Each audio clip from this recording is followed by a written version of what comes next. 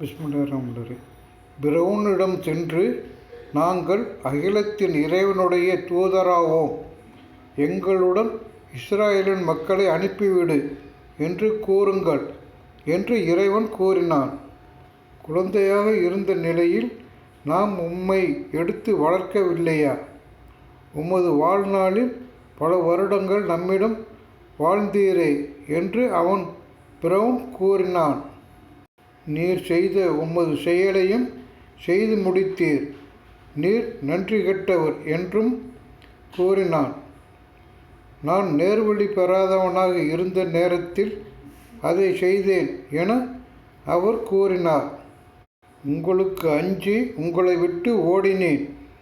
அப்போது என் இறைவன் எனக்கு ஞானத்தை வழங்கி தூதர்களில் ஒருவராக என்னை நியமித்தான். இஸ்ரவேல் மக்களை நீ அடிமைப்படுத்துவதற்கு நியாயம் கற்பிக்க எனக்கு செய்த அருட்கொடையை நீ சொல்லி காட்டுகிறாயா என்றும் கூறினார். அகிலத்தின் இறைவன் என்றால் என்ன என்று பிரவுன் கேட்டான். நீங்கள் உறுதியாக நம்பினால் வானங்கள் பூமி மற்றும் அவ்விரண்டுக்கும் இடைப்பட்டதற்கும் அவனே இறைவன் என்றார்.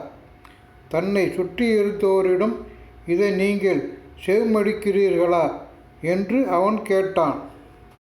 அவன் உங்களுக்கும் இறைவன், உங்கள் முன்னோர்களான மூதாதையருக்கும் இறைவன் என்று அவர் கூறினார். உங்களிடம் அனுப்பப்பட்டுள்ள உங்கள் தூதர் பைத்தியக்காரர்தான் என்று அவன் கூறினான்.